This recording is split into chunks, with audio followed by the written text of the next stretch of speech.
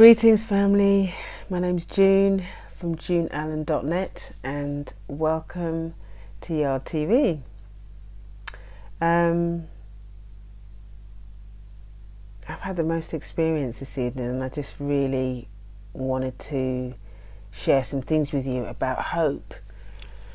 You know, hope is probably one of the most difficult emotions for us to maintain, and you know, this is because there's so much going on in the world. There's so many things so many ways that we're being oppressed, and how do you maintain a sense of hope in this constant pressure of under this constant weight of being oppressed? How do you maintain a sense of hope? It's a really difficult question, and it's very, very difficult to answer as well. It's very difficult to maintain because it's very, very difficult to maintain a sense of hope in such difficult circumstances. And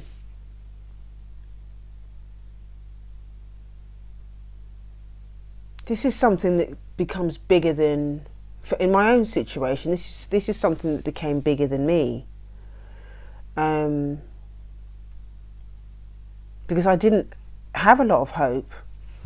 I was in so much pain over so many different layers and so many different situations and so many different people.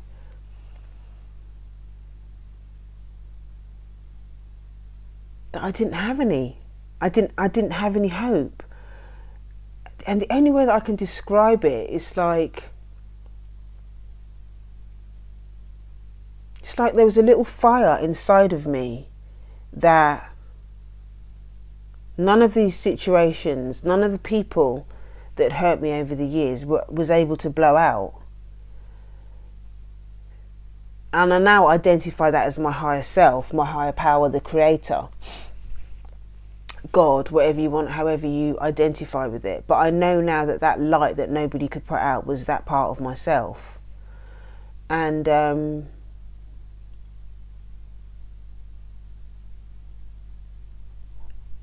with everything that was going on in my life, when I didn't have any support, I felt like nobody was hearing me, like no one was listening. It was that light, it was that voice that just kept saying to me, this is one thing that you're just going to have to trust me on.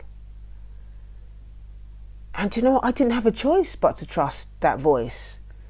I didn't have anything else. I didn't trust the traditional setup of God because, you know, there was the whole kind of Christian white Jesus thing that was very, very painful for me. And so I didn't believe any. I couldn't connect with that. I didn't identify with any of that. I didn't understand it. So that was something that I didn't trust any of that. I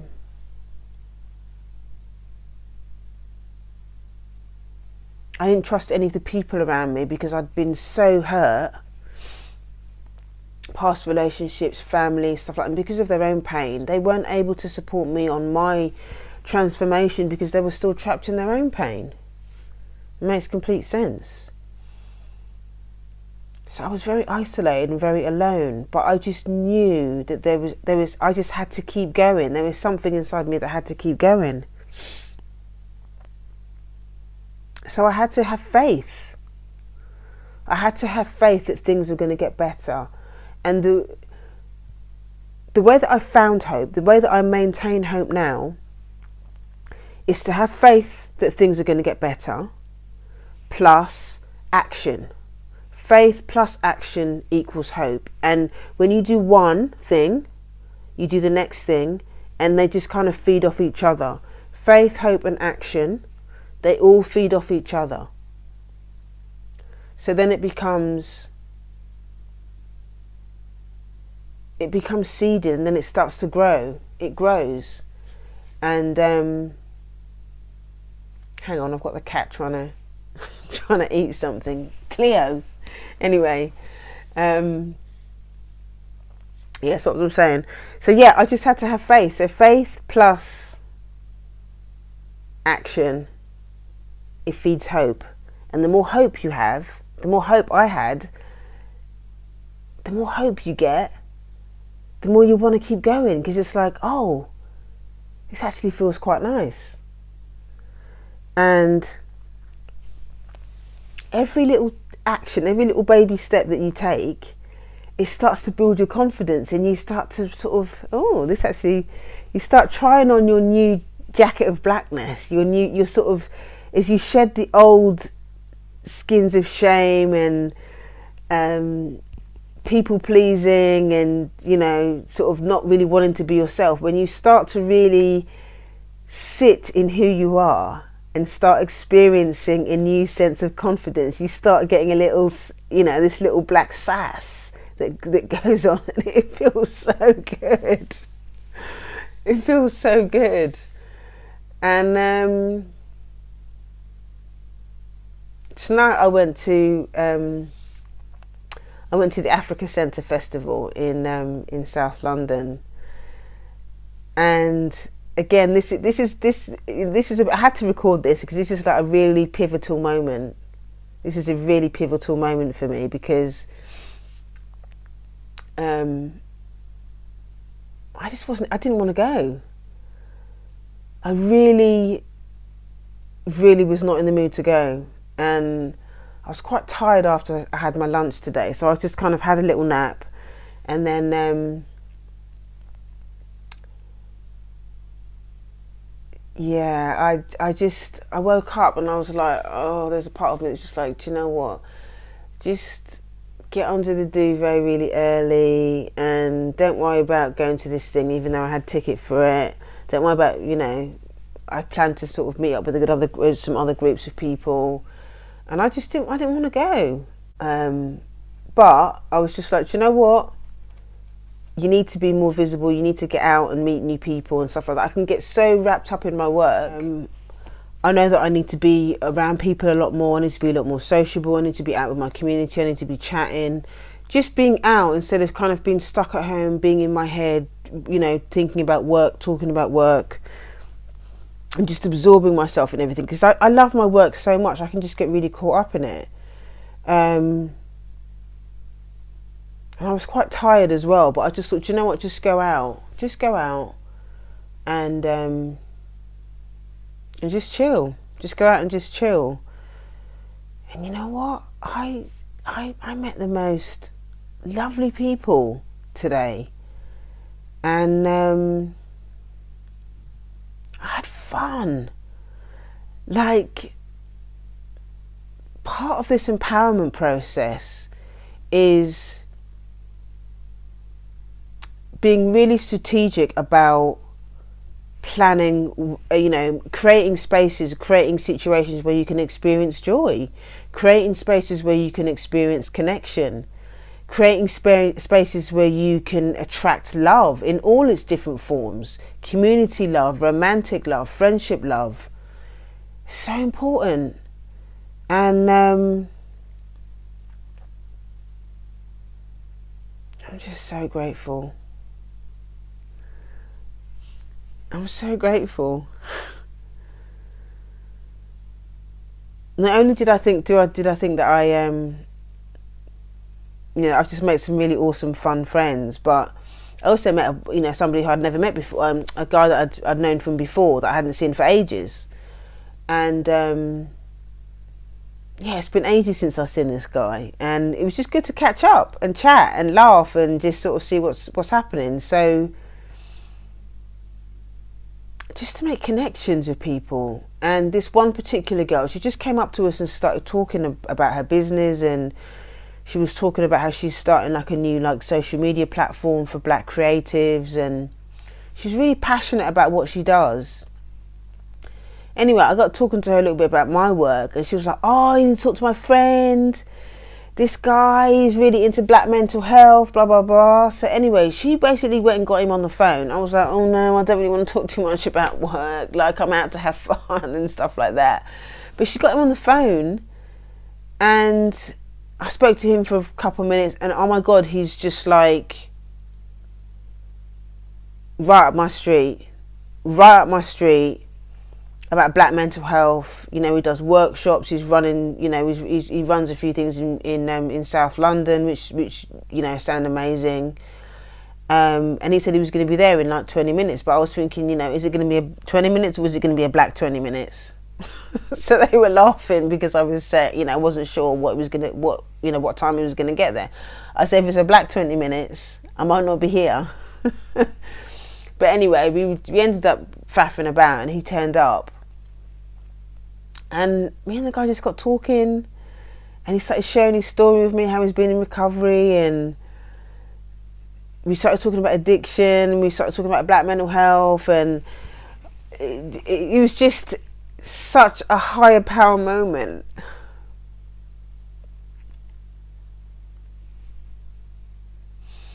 It was just such a higher power moment. Because I know I'm going to work with this guy. I know that these conversations that I've had tonight with these people, two of these people in particular, that are going to have an impact on things going forward. And you've just got to keep searching. Once you've surrendered to your truth, the truth of wherever you are, how painful it is, once you've surrendered to that truth, you've just got to keep searching for what you need to get better, to get stronger, to feel more empowered. Whatever that looks like, you've got to be willing to go to any lengths to do it. You've got to be willing to go to any lengths to do it, and you've got to be willing to search for it. And when I say be willing to go to any lengths, you've got to be able to just go through the pain and whatever that looks like. For me, it was letting go of painful family members that are still trapped in their own pain. And for whatever reason are unable to support me on my journey. They're unable to support me on my journey. On my journey. I've had to do a lot of this by myself. I don't have the support of my family. I had to let my family go in order to do this work. But my God, my higher power, my creator, has replaced a family for me where they're championing me on, and I'm championing them on. And I'm able to champion you on with your journey because of what happened to me. As painful as it was, as difficult as it was, as challenging as it was, I can't tell you the roller coaster of emotions that I went through, and sometimes still go through around that stuff. But when I think about my higher power, and I think about the journey that I've been on, and I think about the vision and what I know what my higher power has for me to do in the future, I understand it. I understand why I had to go through that stuff in order to achieve what I have today, and in order to go. If I think my future is what I think it's going to look like, I totally understand why I need to go through what I'm doing, what I've been through. There's a reason why you're going through what you're going through. There's a reason why all of us black people are going through what we're going through. But we have to find the strength, not in looking at anybody else, not in looking at me, not in looking at your parent or anybody else to rescue you. You've got to start doing the work for yourself. Let it begin with me. It's got to start with you. And I'm not going to sugarcoat any of that. That is just the way it is. If you're not willing to do the work, your life is not going to change. You're waiting for the next man, or you think the next hit of a drug, or you think that, the next Bible verse is going to save you from the practical things that you need to do to take care of yourself. It's not. Those things are not going to save you. They might do something temporarily. They might give you some relief temporarily. But when it comes down to it, we have got a lot of internal work to do. And that takes commitment, it takes guts, it takes trust, and it takes compassion. to do all those things. And no one else can do it for you. You've got to do it for yourself. But it can be done. That's the good news. There is a solution. But you've got to be willing to do the work. Today at this Africa Centre thing, there were so many times where like my heart just felt so full. I love being around my people. We've been through so much over the years. I love being around my people when they're winning. I love seeing my people be creative. Just seeing people on that stage singing, and just being around the food and being around all the stall holders, people selling all their little African jewellery and their clothes, what they made out of their African print, and the artwork, and people laughing, and the hairstyles, and just people expressing themselves and all the different shades of... It was just delicious. It was just delicious. And then I was there with my friends, my new friends, just chatting and reasoning and debating, you know, disagreeing, agreeing, hugging. It was just so delicious. But I know that I would not have been able to do that. I wouldn't have been able to do that 2 years ago. To show up at a place where I didn't know any other black people, and then just show up for myself and just allow myself to be in the moment with them. You know, I didn't know any of the people. I didn't know any of them actually when I showed up. But I made friends today. I made some really good friends today, and I made some business contacts as well. You've just got to trust. You've just got to, you've got to trust and take the action. You can't have one without the other. And I think, you know, for many of us, we're so... Taking action for us has become a source of pain, because when we take action, black people historically, when we take action on doing things, we're punished. Either we get abandoned by white people, we get abused by white people, or maybe other black people don't like what we're doing. Oh, you're too black, you're too militant, all that. All those conversations come out when you start speaking your truth. But there are so many of us out there that are speaking our truth. You have to find a tribe where it's safe for you to do that. Because when you stay around the same people, if you're trying to, this is a truth. This is a truth about doing this work. If you start doing this work, or when you start doing this work, and you start getting some self-esteem, you start processing a lot of the pain and all that kind of stuff, and you start, you know, becoming a lot more confident in who you are, it becomes more and more difficult to be around other people that are still stuck in the same behaviours. Not because you don't like them, but because it's like when you're growing as a child and you know your shoes don't fit you no more. You have to go and get a new pair of shoes. You need a new jacket. As you grow, you're going to need different tools. You're going to need a different set of armour. You're going to need a different level of support. So when you change, as you change, your world is going to change. You can't, that's inevitable. It doesn't mean that you have to abandon everyone, and that doesn't mean that.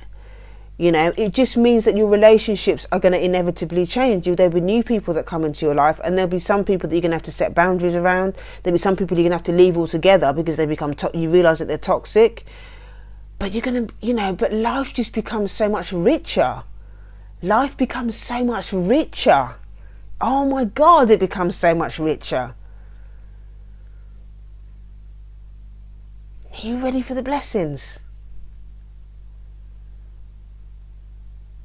You just be strategic about the hope. You just got to be willing to just step out of your comfort zone a little bit. Just a little bit every day, little and often. Little and often.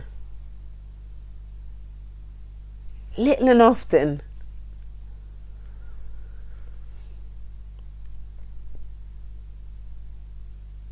Hope.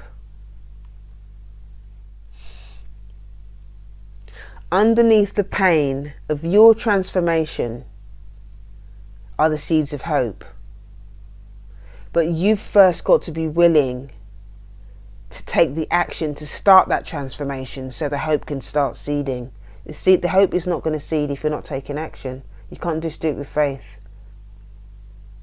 The action is watering the hope. It's watering it. Are you ready? This episode is sponsored by the Yard of Greatness free mini course, 7 days of revolutionary black self-love. Do you feel ashamed of your blackness? Do you struggle with negative thinking? Would you like more self-confidence and tangible tools to deal with your racial stress? You're in the right place to get 7 days of revolutionary black self-love. Go to blackselflove7, that's the number 7.juneallen.net for more details. Sign up today and build your blackalicious life. Be empowered.